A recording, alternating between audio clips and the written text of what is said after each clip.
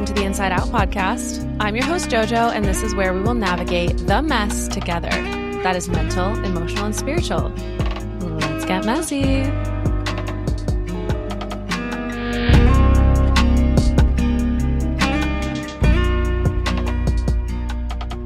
Hey everyone, welcome back. Welcome to Inside Out. If this is your first time, welcome. Today I'm really excited because I have my new friend, Nathan Wakeford, here with me, and we are going to discuss identity optimization. I mean, what does that even mean?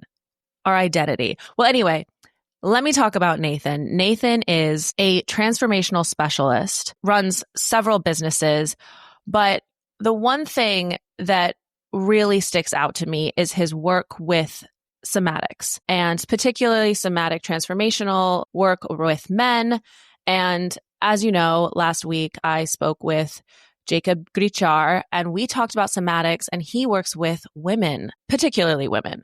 So this week I wanted to have a little bit of a balance on the other side and talk to someone who really works a lot with men, and what that is all going to unfold and look like will happen in this conversation. So without further ado, Nathan. Hey, thank you for having me to the show. Yeah, thank you for joining me. There's a big word here, identity. Big I word. Mm-hmm. And I think even for me, until this past year, identity has been something that I haven't even known how to address that, or even like, what is my identity? And the deeper I get into my own work and finding my voice and doing all the things, I feel like I'm starting to figure out who I am. But you, as someone who works with people, with particularly around identity optimization, can you unpack what that is and truly how to find that? Yeah, it's easy. What's the story that you tell about yourself? What's the story that you tell about all of your life experiences up until this point? Were they painful? Did they serve you? Did they expand you? Did they unleash you? Really, the way that you relate to all of your experiences up until this moment determines how you perceive yourself and you perceive your life to this date. That's really the expression of your identity. So the way that you transform a person's identity is you align them with the desired optimum outcome for that person's life, right? So when I'm talking about identity optimization, it's with respect to what I call divine alignment, right? And that's when the person discovers the greater purpose or reason for being, when they unlock, the true nature of why they're here and how they're living towards that, then you're living in alignment. And alignment then comes to coherence. So you know where you're going, you're in divine alignment, but then we don't always show up every day as our best selves. When you've got cats knocking over glass jars and you've got partners saying, you've lost my charger, it can rattle us and take us out of coherence, a coherent state with that alignment. And so when we're in aligned coherence with the divine will, divine outcome, we become magnetic. We transmit a frequency that pulls from the ether things that are in a resonant fit for that alignment. It's an automatic process. We're either magnetic to it or repelling to it. And so this is where, often people say, they know what they want. I want to be wealthy. Well, okay. Or I would go, for what purpose? For what highest purpose do you want to be wealthy? And then, or you want to be healthy, for what highest purpose? And then they might say, well, I really want to do what's good in the world. And I go, okay, for what highest purpose? I just want to feel home. So what you want to create is home. Yeah, I want to feel safe in the world. I want to feel like I'm surrounded by people who reflect my highest expression, who I help them and they help me. I want to be in luxury, but the kind of luxury that regenerates humanity and restores us to remembering the gift it is to be human again. This is what I want to be part of. So you go, okay, so that's where you want to go. How are you living in alignment with that right now? How is every day optimized to bring that into existence by that being an expression of you, your identity? Your identity is that which automatically attracts, magnifies that experience around you. You create the world by who you're being. And so part of my work, once you get clear on where you're going, we get clear on the obstructions that are preventing you from being there. So that might be, you know what? I just don't trust people. I don't trust the world because I was physically assaulted when I was a teenager or as a young kid, or my parents abandoned me, or my family betrayed me, or blah, blah, blah. And so my job is I create new meaning from that story that you're telling yourself, that that was the most painful event to my life, to that was the most empowering event of my life. That's made me who I was and why that helped me now live in the fullest expression of my purpose. If it wasn't for that event, I wouldn't be where I am now. It's because of that that I've become who I am now. Versus because of that, that's the reason why I haven't got, you know, my life together or all the other reasons. It's just the story you've told about those events. The story is so interesting because it's that looping mechanism that keeps us stuck and small. Hmm. I've done it my whole life until probably this past year, where I've really broken out of that cage that I self-inflicted or put myself in. When you work with people to rewrite their story, what are you saying? How are you really guiding them through that? Because I think it's really simple to be like, yeah, I'm telling myself a negative story, but then to like really reprogram that mindset to truly shift. Hmm. What is that process, and how do you support that with the people that you work with? Well, the first part, I get the desired outcomes, meaning the physical outcomes and the non-physical outcomes. Physical outcomes might be, you know, the happy life, the big bank account balance, the regular vacations, the car, the everything else physical. And then the emotional elements are you know, I want to feel fulfilled. I want to feel like I've got momentum in life. I want to feel that my life is something of meaning, that I feel momentum, that I feel, you know, purpose. I feel all these other different things. I want to feel love. I want to feel connection. And then I ask, all right, well, what are the problems and pains and patterns that are preventing you from experiencing that right now? And then that drops them into, well, my bank account balance is zero. You know, I'm fighting with my partner, and they list out all the problems of their current life, you know, and I go, okay, I'm unsure about the direction of my career. Okay, that's your problem. What is the patterns that keep yourself here? Because that could change any moment. How are you keeping yourself perpetuated in this experience? For instance, in the relationships, well, I get scared and I push people away. Okay. Or I start fights and I don't even know why. Okay. I overspend. Okay.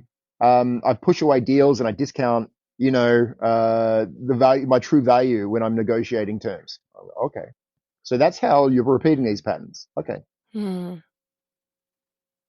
What, what is all this costing you? What is the emotional toll of these events on you? Wow. I feel depressed. I feel lonely. I feel screw the world. I feel blah, Mm-hmm. blah, blah. And okay. So if I were able to remove those obstructions, would you get these X, Y, Z? You know, would you get the house? Would you get, and you're feeling fulfilled? Would that be something that would be really compelling for you? Because I have to get their buy-in. I have to get them committed and really wanting and believing it's possible to get to this desired outcome. That's the first thing. They have to be committed because Right. it requires people to meet their trauma. You can understand that the reason that we make limiting decisions subconsciously is because at a subconscious level, we associate more pain with getting what we want than getting what we don't want, as crazy as that sounds. So if getting money means at a subconscious level that it means more risk in some capacity, meaning I get the love and affection. It could be even a good thing, but love and affection means brutality from the times that I was beaten up as a kid by my father. It doesn't matter how much good love can be directed at you if you associate the person who was meant to love you as a person who beat you up. So I resolve that. I reassociate meaning to that event. So that's what made that child strong. It's because of that that now you have the conviction to see through to go through great adversity, to do things that other people are unwilling to do, that you become strong and powerful and are the exact man capable of creating this outcome. So I go back to that. So at a somatic slash energetic etheric level, most of the work I do is what I call in the field. Now there's a logical levels, a logical hierarchy of change.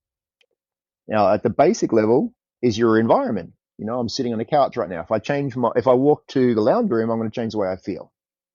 Above that are emotions. If I choose to focus on feeling gratitude right now, that's going to shift me temporarily. If I go above that, I've got certain ways I do things, the ways that I start conversations, the ways that I use a bathroom, they're called meta programs, the automated processes of our life. I change those and I change my experience. Instead of Mm-hmm. driving to work this way, I drive to this way. I'm going to have a different experience. Above that, I have my beliefs. So I believe that, I don't know, social media is bad. Well, if I want to build a business on social media, then that's going to be in conflict, or money's bad. Then above beliefs, we have our identity. The identity is the story that we tell about ourselves, who we think we are. Above our identity is something called systemic relations. Systemic relations are cultural indoctrinations, family suffering obligations, things where at an energetic field level, if there's been trauma, like significant trauma, just imagine you're from a minority group, whether it's Indigenous Australian people, for instance, or it's the Indigenous of America who did the walk of shame and all this sort of stuff, where they were really severely perpetrated. There is a systemic cultural pattern that needs resolution for Hmm. many of those. Then above that is what I call the field. The field is the field of, or the void of infinite potentiality and possibility. And then above that, you have divinity. You have the will of God. So what I do is I survey where that pain moment happened, whether it's in this life or a past life.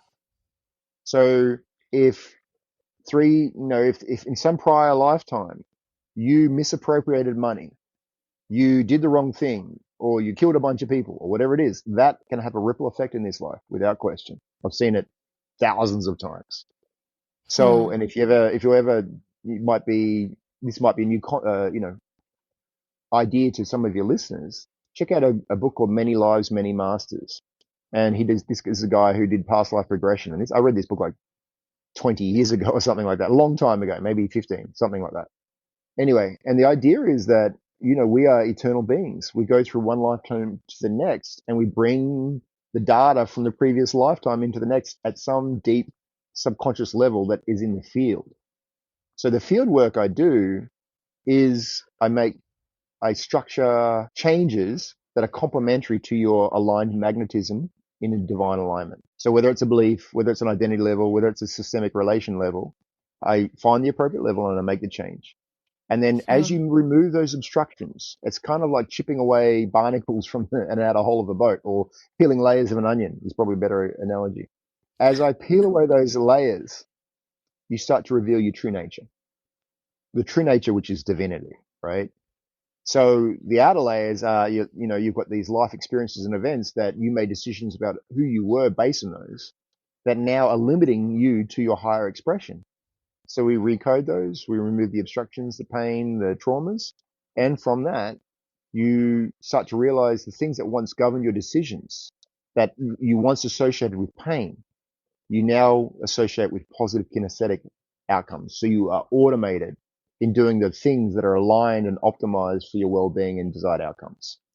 If before you associated going to the gym with negative pain, a negative kinesthetic experience, now you associate with a positive kinesthetic experience. Because some of the good things in life are first met with discomfort. And then you learn to embrace discomfort, and then you learn to embrace change, and then you learn to meet your pain and your traumas, and then you become free of them. I want to double click on that last part that you just said. And it brings me to mercy and judgment, how you can go through a process from judgment or you can go through it from mercy. And what I mean by that is like you can go through a really tough lesson and it can like ruin your whole life and you don't learn from it, or you can go through it and really look at it and be like, wow, this is like for my greater good, my highest potential. Mm-hmm. However, my question around that is, why does it have to be those life shattering moments that bring us to our knees, that really create and are the catalyst for the foundation of the life that we're truly meant to build? Why can't, I mean, this is where my brain, I'm always constantly fighting because I see both sides. But why can't it just be from a more, you know, gentle place? Like, why does the universe have to throw us these curveballs that break windows rather than just, land in the mitt? Well, do you take notice of the small things in life? Me personally, Yeah. Do you express gratitude that this morning you had water to drink in the tap? I don't think I get that micro with it. No. So here's something that I know about exponential transformations. Most people don't experience exponential transformation because they don't have a foundation of appreciating the current context. There's always something wrong with the current context. So the majority of your energy, time, and attention goes into what isn't aligned, what isn't Mm, magnetic, what isn't good. It's the not based glass on, half empty rather yeah, than seeing it as you half just, full. the very base level is something's not right. Something isn't Right. perfect as it is right now, even if I'm in pain. So we automatically associate the present moment. And then what do? We amplify. That's a state of incoherence. We automatically put ourselves out of resonance with what we desire just by not appreciating. Right now, I'm sitting to talk to you, and it's fantastic. I get to speak to new people. I get to be heard and share my message. This is extraordinary. Thank you so much. It took me many, many, many, many times of me making lots of money and losing it, and then things, deals happening and getting pulled away last second, and all this sort of stuff, for me to realize that even when money came in, I wasn't grateful. I'm like, what is this about? And I realized when the money would come in, it would be, it's not quite as much as I wanted. It's not quite Hmm. enough. I need, Hmm. it wouldn't be thank you for that small amount of money that just came in, whether it's $50 or $5,000 or $50,000 or $5 million. It's like, thank you. And think of it in this way. We often associate it with people, but we don't associate it with cells, and we don't associate it with things like money. Well, let me break what I'm trying to express here. When that small amount of money comes in and you go, well, it's not what I wanted. It's not the amount that I need. Can you imagine if you came and you made me a cup of tea, or a partner gave me a cup of tea, or gave me some food or something like that? Hey, I bought your croissant. Hey, that's not really what I wanted. Hmm. You'd Damn. like, screw you. What do you Right. mean? I just went out of my way to come to you to give something nice. And you're like, that's not what I wanted. What kind of asshole are you? Yeah. We do that continuously to the things that we desire. I call it seagulls and seaweed.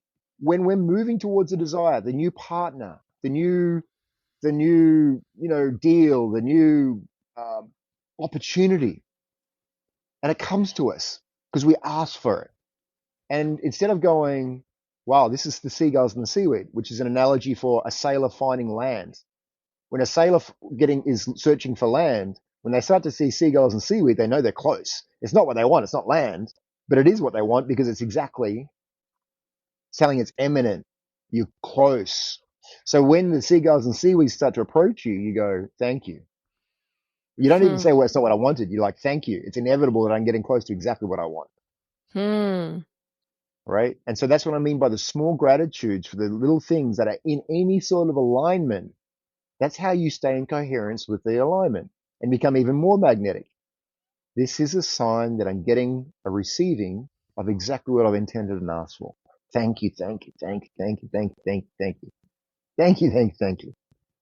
And that's the aligned state. So when you're a match, when your identity, the story you tell yourself, is a match for the desired outcome, you get it. That's it. It's a reality.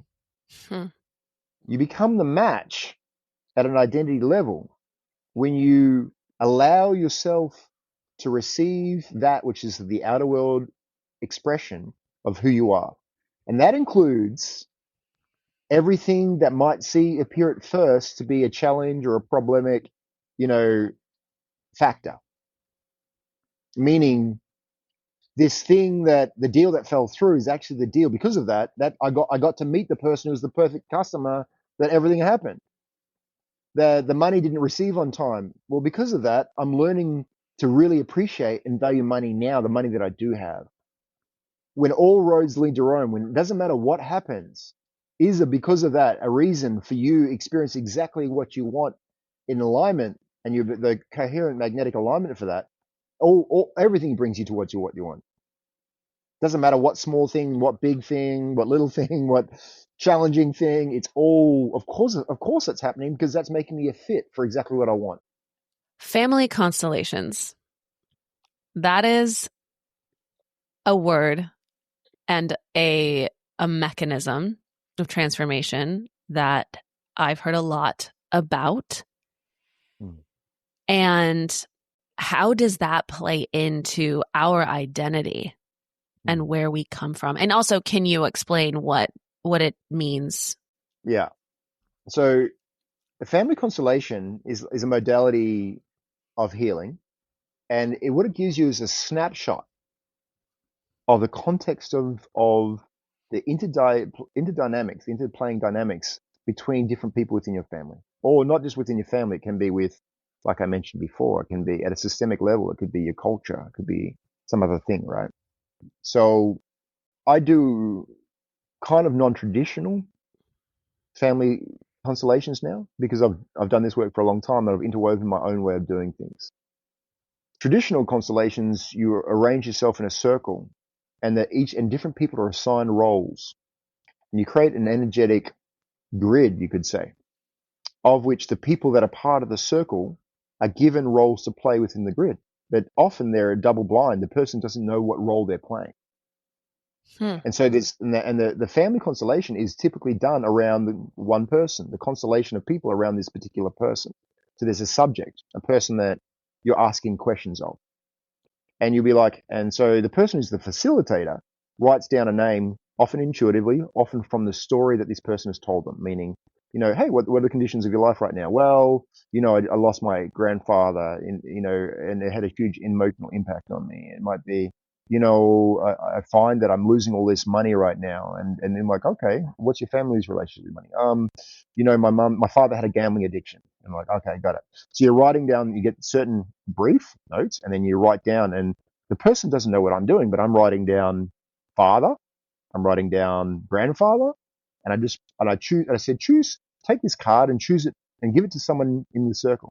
They take the card, they put it in their back pocket, they come into the center of the circle, and that person, I said, allow yourself to play the role of this person. And then they'll move somewhere in the circle intuitively, often with their eyes closed, and they take a position. And then I put in the father, and then I put in someone to represent the subject themselves, if it's on a guy, for instance. And they orientate in a way which gives you a snapshot of the dynamics that are playing out in that family. And usually the resolution that comes is there's someone that needs to be acknowledged, because in family constellations, everyone is significant. Everyone has to be acknowledged. The great grandfather who stole all this money eventually might come into the play. The father with the gambling addiction comes into play. We find out where the father's gambling addiction from. Oh, actually came from his father, who learned from his great grandfather. And so what we do is we unpack the story and we change it. We're like, okay, well, what does this person need to experience for resolution? Well, he needs to accept acceptance. The reason why he destroyed everything is because he was trying to get attention. He was sacrificed in love, and he felt excluded and exiled. So then I bring about the resolution of that. I bring about the resolution, and slowly the family comes into order. And what's crazy, the better you get at this work, the better you become an instrument of perceiving the field, the more that I can just read things in the field, and it doesn't even have to be spoken. The field starts speaking to me, through the things around me. And that relates to a whole different, maybe, chapter, but you kind of, I noticed some of the things I just said landed on you. Wow. Like a universal truth.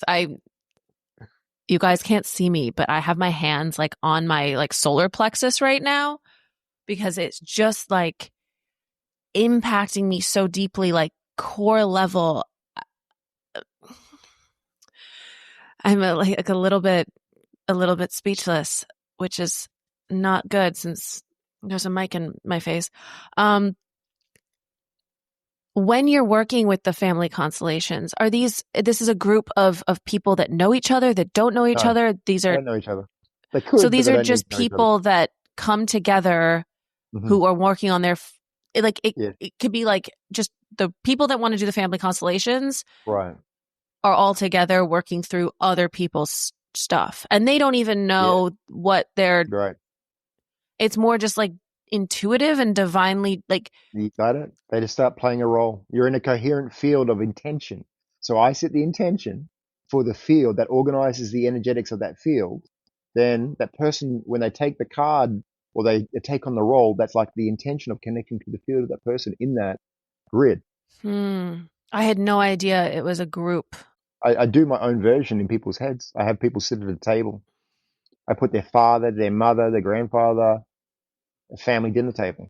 It's a type of Whoa. constellation. Wow. And then I put money, for instance, I put money at the table. You might imagine this. I'll take you through a 2-second exercise, right? Let's do it. Close your eyes for a second and find yourself sitting at your childhood dinner table. And just notice which dinner table it is, which household it is, and who's sitting at the table and their positions around the table. Just notice who's to your right, who's to your left, who's in front of you, who's at the table. How many people are at the table right now? 4, including myself. So let's do this in relationship to money. I want you to put an Mm. additional chair at the table. Now there's 5. And I want you to put the energy and consciousness of money at that chair. Now I want you to notice how people change when money sits at the table. How did your father change? Now, is he aware of the presence of the money there? Does he look at it? How does he change his behavior? How does he relate to money? Now look at your mother. Did her expression change? How does she relate to money? Hmm. Now, is there a sibling at the table? Now, just if you can go meta, which means basically if you can just zoom out from that experience and observe, notice how you relate to money. If you could leave your body for a second and observe yourself in relationship to money, like see yourself sitting at the table and how you're relating to money, just notice how you're relating. What do you notice? Notice your sibling, notice your mother, notice your father. Notice everyone's relationship to money. I'm not going to go through and process this whole thing with you now, but we start to observe the meaning of those associations. Hmm. Is money welcome? Are the people that are at the table, do they embrace? Are they friends with the money? Do they try to reach and grab? Do they repel? Do they ignore? Are they connected? Do they appreciate? Is it gratitude? What's your relationship? That is the story that you have subconsciously with money. So you can come back, little people that leave the table. What did you see? Wow. I don't know why that made me cry. Because you would have seen what the unconscious thing that's been pressing on you maybe for a long time. To see the unspoken of force, that's the subconscious at play. And maybe sometimes, we do a lot of actions and not knowing why some things don't happen quite the way they happen. It's because we have a subconscious story about it. As I was going through that process, something really landed for me that actually was said to me about 2 days ago over the weekend. Mm. And I'm in the process of moving, but how that's unfolding hasn't been very clear. And someone that I've been around him quite a bit, but I haven't really had like a true conversation with him before. It's just going to be like a how are you situation. But this past weekend, the level of conversation and everything just kind of got deeper, and like it really made sense to like why he's been in my orbit. And something that he said to me was, don't worry about the job, make the move and the job will come. And why I relate that so closely with what you just what you just facilitated was because the story that I've been telling myself is, well, I can't move if I don't have a way to sustain abundance, to support myself, to do all of these things. And now I'm realizing from that exercise that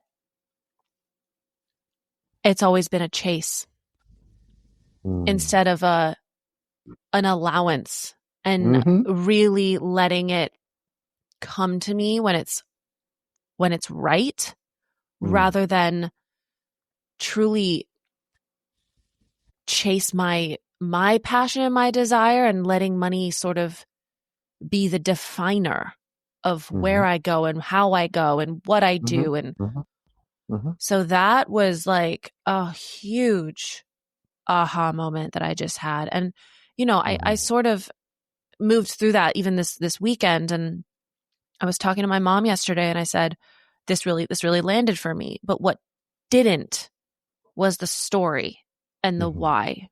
So thank you so much. And you're welcome. For the friend in the room listening to this, I hope maybe you can rewind and go do that for yourself. Maybe money is a huge controller of your life, or maybe you just connect with Nathan and talk to him and do a family constellation. And I mean, wow, that brief thing just unlocked so much. Thank you. You're welcome. And that's the crazy part. We go through life, you know, our subconscious, they say it basically controls 95% of our reality, except for the 5% of the time when we're consciously choosing and doing something that's in front of us. Most of our reality is governed by the unseen forces, our subconscious preferences, automated processes, decisions, beliefs. You know, it's just how we move through life. And that's why, to be optimized for your desired outcome, it helps to have that 95%. It's called the captain and the crew. When the captain says we're going that direction, but you've got mutiny, and everyone says all the sailors say we're not going to paddle, or we're going to paddle in different, incoherence and not with each other, then you don't end up where you want to go. You're in this paddle boat with, captains choosing a direction, and then all the sailors, either don't bother paddling or paddling in their own timing. So this is what I mean by aligned coherence. You get your subconscious in alignment. And the other thing you mentioned before was about reaching. If you're magnetic, you don't reach. You're magnetic. You're magnetic. You either repel or you attract. The moment you reach, there's a presupposition that you don't have, which makes you not a magnetic fit for what you desire. When we reach for the things that we don't have, we say to the world we don't have it. When we allow ourselves to be an energetic fit and receive, we have it. I'm already it. I already am the identity fit for what I desire. I magnetize everything that I want, always, always. Everything that is happening to me is for me to bring me in a coherent state of alignment with what I desire. The dance, though, between that is manifesting and surrender, to push forth what you truly desire, but then releasing the outcome and allowing it to land or to be received. I have a tough time with this, even though it is a universal truth and it lands for me. My logic gets in the way, and it's like, yeah, but how? Well, yes, and you tell me that you don't really believe it by what you just told me. And I'll pause just before you respond. Give you an example. When a farmer plants a seed to grow a crop, does he continuously pull the seed up to look at it to see if it's sprouted yet? Okay. He just puts the seed in the ground, he waters it, trusts that it'll grow, and then he allows the crop to grow. That's crazy that you just said that. My first ever episode is called Roots Before Romance. And it was inspired by a conversation that I had with someone that's extremely important to me. And he said, when you start a relationship, you plant the seed. You don't just like bombard it with sunlight or like overwater it. You take space, you take time, and you kind of like go back to when it needs to grow. And then, so absolutely, that makes a lot of sense. And I guess I didn't correlate that to to manifesting or to like, you know, Mm. pushing something forward. Like for instance, this is a silly story, but yesterday I had a flight at 1:30 p.m. I was leaving where I Mhm. was, and it was a beautiful day. The weather hadn't been great where I was like the past few days, and I was like, oh gosh, I just really wish I could, you know, enjoy the beach a little bit and like get some sun because that was not an option. And I couldn't change my flight. I had a really basic ticket. All of these things were happening, and I'm packing my bags. I'm going to the car. Even though I was still messaging with the Delta, I was also on the phone with them. Mhm. And I'm about to put my bags in the car, and the woman comes on and she's like, hi, how can I help you? Da da da. And I was like, hello. And I told her the situation. And she goes, oh, yeah, it looks like your flight's delayed. I can put you on a later flight at no charge.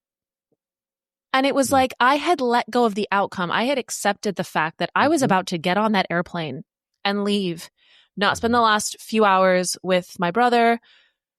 Really just, okay, I'm not meant to be in the sun. I'm not meant to go to the beach. I'm not meant to like, whatever. It's okay. Even though I really wanted that, I had let go. And I got 8 more hours because of that. Can I give you an even crazier story or account that I've got that is Please. something aligned with what you're saying? This is magic, what I'm about to share with you.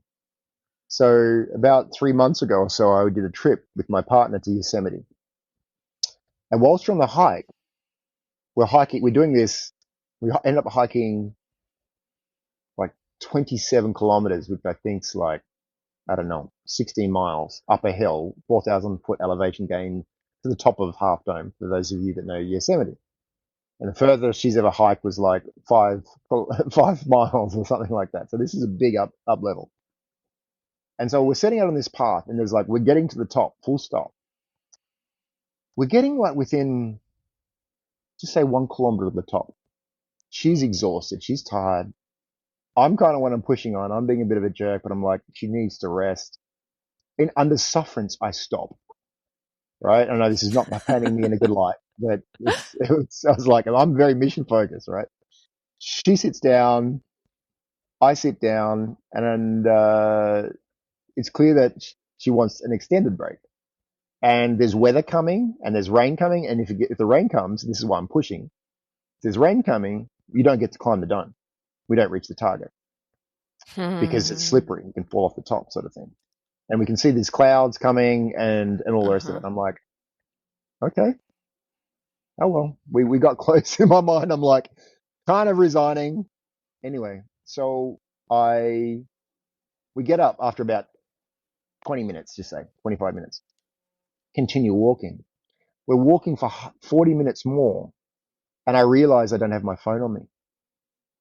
When we sat when we sat down, I left my phone at this place. And so we're like, my phone has all my cards, my bank cards, my, residency cards, everything, and her card. And I'm like, and I go, you know what? We came to climb the mountain. Let's keep going. So we climb to the top of the mountain just before it rains. It starts raining as we're climbing down the top of the Half Dome, literally. We're walking back, start spitting. And the whole way down the rain's following us. We get back to where the phone was. Of course, it's not there. So we leave this Yosemite National Park. We drive. The next day, we're leaving. I drive and that night I drove and we went to all the lost and found. We submitted all the applications. Drive an hour and a half to Fresno. We're meant to meet up with a friend. Then he cancels and says can't meet us. So that gave us extra time because we had to literally drive straight from Fresno to the airport. And I'm starting to recognize.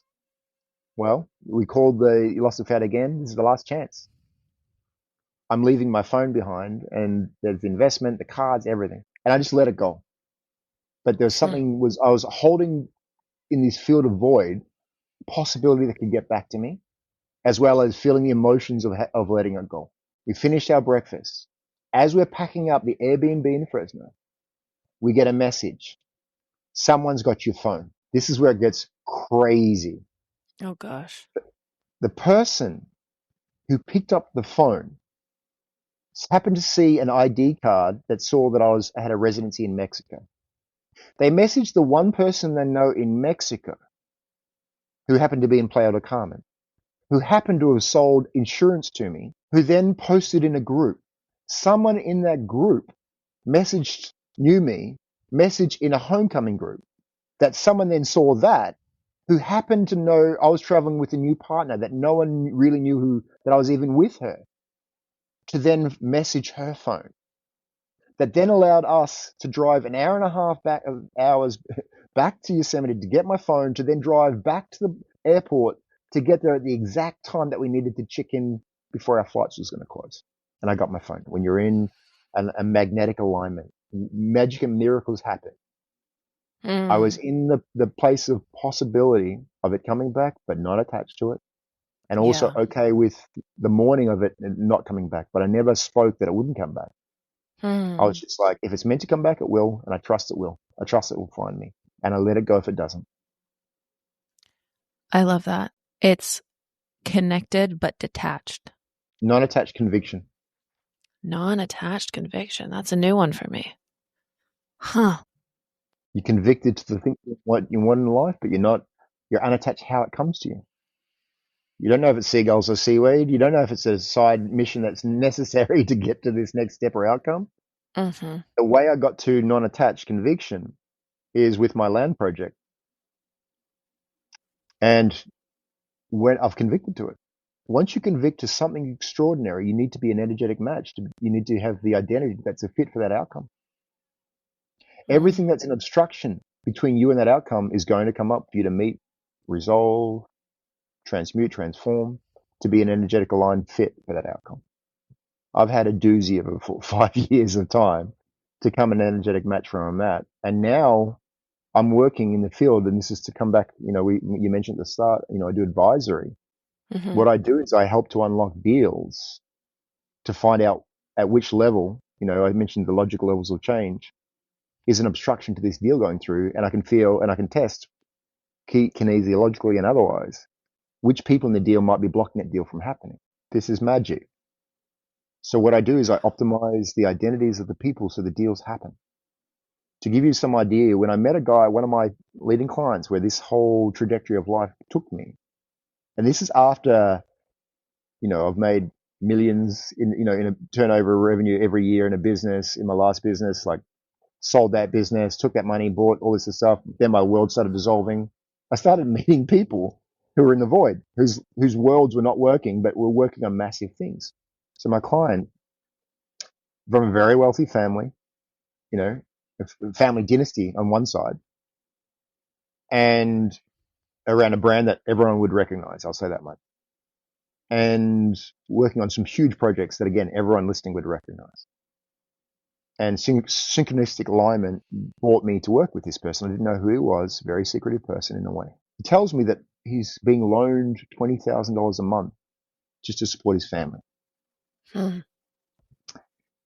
He's been working on a project for 14 years. He has conviction. But he's gone through all these different things, sabotage. He keeps sabotaging. He doesn't know how or why. The deals fall through the last minute. He's in a legal battle. He's experiencing health problems. He's about to lose his business a second time. All the IPs with someone else. He's got no control. Somehow he managed to swindle away to find himself in a position of powerlessness in that circumstances, change the circumstances, seemingly. And that's just the thesis that this is the part of the story. Power is always inside of you to influence your environment, always, always, always. So from that moment, after a first session, someone called him to give him over $200,000. That was after the first call. After that, over the period of the months, the peeling the layers of the onion to find the obstructions to what was blocking him from being an identity match for his outcome, changing his story, he got his business back. The person who was holding onto his IP just gave it back and exited the business. From that moment, he then finally got approval, financial for funding. This is to the tune of $1.5 billion that he'd been working on. Now the project's funded. He's got 3 site locations that are worth around $400 million plus each, that have all come into fruition because he's now an energetic match, an identity match for that outcome. That's incredible. So I'm now working on in a different field around deals. I've got a guy who's working on a large project for like a residential wellness project, similar to Mm, what I'm. mm. And so there's this energetic alignment, and he's got these ginormous deals that he's going to become an instant billionaire. Yet he wasn't an energetic fit for it. So I started to work with him. I started to remove the energetic blocks, and we'll know this week that this has come through. So Wow. that's a wait and see. But The mm, work you're doing is so powerful, and I think so many people can really benefit from the work of uncovering those blocks and just removing them completely. or integrating, I can delete them. I do know how to do that, but I don't remove. I don't. What I actually do is I change the meaning of your story. It's Right, right, important. Like right. I can change. I can take out that event so you never even remember the event happened. But that's not what I do. What I I don't, do is I I change delete the was the meaning of wrong that event. word. Yeah. Yeah, yeah. Yeah. Yeah, I change the meaning of the events because those things make you hurt. They give you the textures. Totally. I was doing this ayahuasca journey, and I was sitting on the bathroom purging, and I started seeing this vision of, I was thinking about trauma and pain. And trauma and pain, if you think about how a tree grows, the knots that gives it character come through the struggles and different things that the tree has grown through that give it unique, aesthetic. Hmm. And I started to think of them about the challenge, the traumatic life experiences in my life. What I if I began to see them with beauty, whatever it is, aka change the story about them, about how they made me into the extraordinary man that I am now am. You know. Yeah. Something was said recently that I heard, and it was, don't waste a good breakup. I thought that was iconic because the amount you can learn about yourself and also just like realize, I mean, it speaks for itself. I'm not even going to unpack that, but it really just was like, oh, like a wow moment for me. And I was like, that's amazing.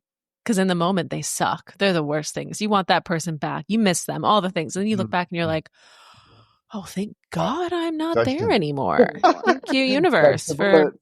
taking that away. I want to just on that note, because it links. I want to talk about how that relates to power and how it relates to grasping. You said when you're a magnetic fit, it just comes into your reality.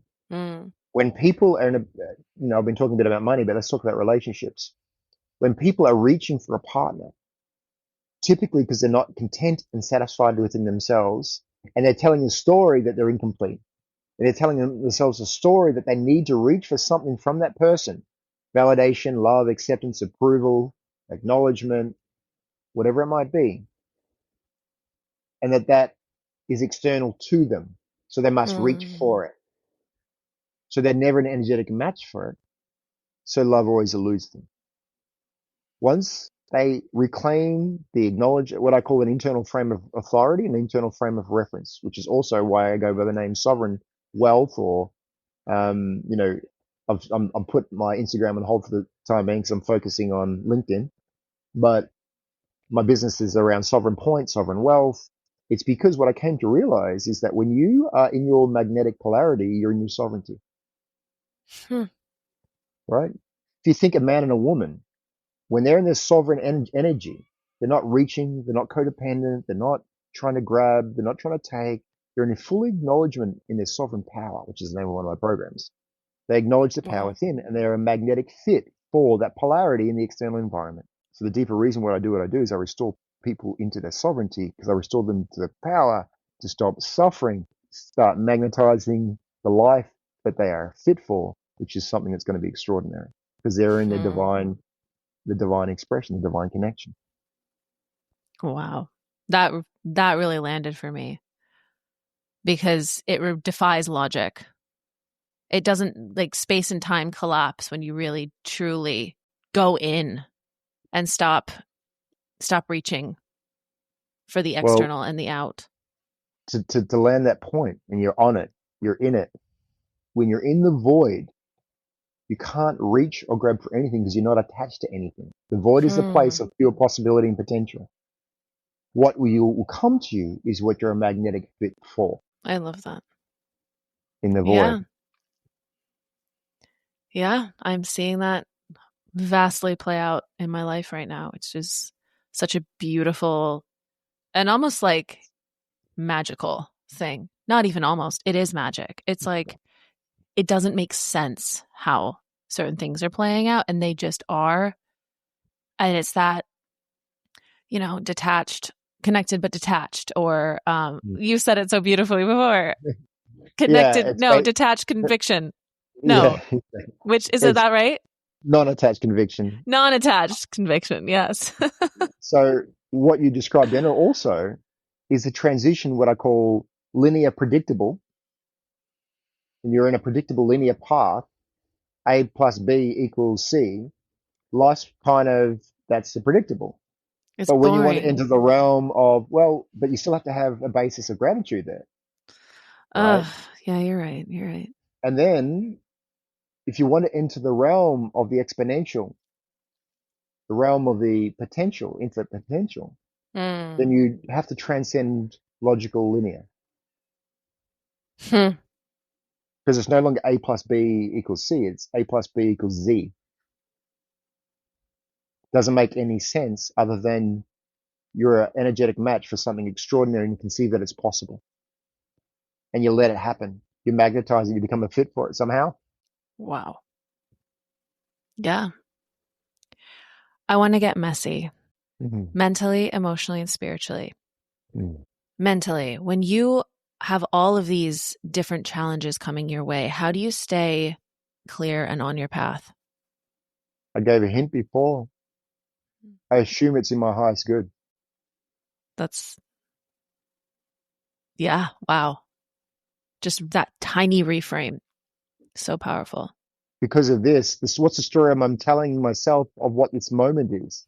You can catch yourself. How is this in Mm, my highest good right now? This is an ouch experience. It's painful. How is this serving me to my highest good? Because of this, how is this bringing me closer? That's the first thing. I assume it's in my favor, and then I'm grateful. I bring my awareness and attention to what is the coherent place to what I want to experience. That doesn't always happen straight away. hmm What I usually do is I restore coherence within myself. I meditate, I exercise, I do breath work. I bring myself back to a resourceful state because I'm human. I get whacked every now and then, like the next person, blindsided by something I couldn't see. Right. I'm somewhat more fortunate that I can integrate and resolve things very quickly once I see them, Mm, through my skill sets. So first is an ouch, and then I'm like, okay, I recover my state. And sometimes that includes meeting discomfort, like standing on nail boards, doing ice baths. But whatever I intuitively goes, like what brings me back to my baseline, the main way that this happens very rarely for me. I would say hmm, I'm extraordinarily resourceful in holding my center compared to the average person. And I have an extremely high level of energetic hygiene because I know the consequences of me not having some.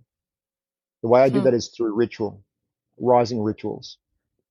Every morning I get up, I do exercise, I meditate, I create a baseline resonance that is a state of coherence. And I remind myself of what is important, the top things that are important to me. That brings me into alignment. So now I'm in a state of coherence and a state of alignment because I know what is the priority for the day. I set intentions for how these things are going to go. So before I enter any, before this call is an example, before every call I do, I set an intention. But this one, for instance, this is going to be one of the most profound podcast presentations that I've done for hmm. people to receive the message that I'm here to share, and that is Beautiful. going to make a difference in people's lives who listen to it. Right? I set that intention before I came in. Before every client interaction, I set an intention for the outcome that I want in their favor. Hmm. So when with my new partner, I set an intention before we were first intimate or anything like that of how this relationship was going to go. Because it sets the container, the boundary conditions for what I want in that experience. I set it in new partnerships, the intention. So the intention helps to determine the aligned outcome, which is always stated in a way that is for the highest good and well-being of myself and the people that I'm co-creating with. Hmm. Then my job is to hold myself into a coherent alignment. When the resistance comes up, I assume it's bringing me closer. And then I resolve the pattern, the pain, whatever it is that's there, by bringing myself back to a state of coherence, then back to a state of alignment. Usually I ask a question like mentally, emotionally, and spiritually. And what's really beautiful about the way you just answered me mentally is my next question was going to be about emotional regulation and how you do that, and spiritually, how you ground yourself. And what you just did was address all of those in that answer of mentally. So thank you. Thank you for this conversation. Thank you for the intention. Thank you for your time. And where can people find you? At the moment, the best place is on LinkedIn, because my main focus now is advisory and my project that I'm building, which is Mm-hmm. a new concept called a Thrive Village, which is, if we've been talking for an hour about optimized identities, I'm creating an optimized habitat, a luxury regenerative habitat that optimizes our well-being, physically, emotionally, spiritually, mentally. We're going to have So, to have a part two and really unpack that, because that is where you live, and the uh, way that you live mhm. is the foundation of your life. So that will be part two. Look out for that, listeners. Yeah. So, Leah, look me up at Nathan Wakeford, or Nate Wakeford, I go by. Nate Wakeford on LinkedIn is probably going to be the easiest path to find me. And I've written a whole bunch of posts where you'll start to get a feel for my vibe and how I share this kind of wisdom that I am now here. Amazing. Well, all of that will be linked in the show notes. And you guys know where to find me on Substack, on Instagram. All of that is also linked in the show notes. Guys, take a second, take a deep breath. Think of someone who needs to hear this message, who needs to hear this exact message, and share it with them. And with that, have a beautiful week. I'll see you all soon. Thank you, Jojo.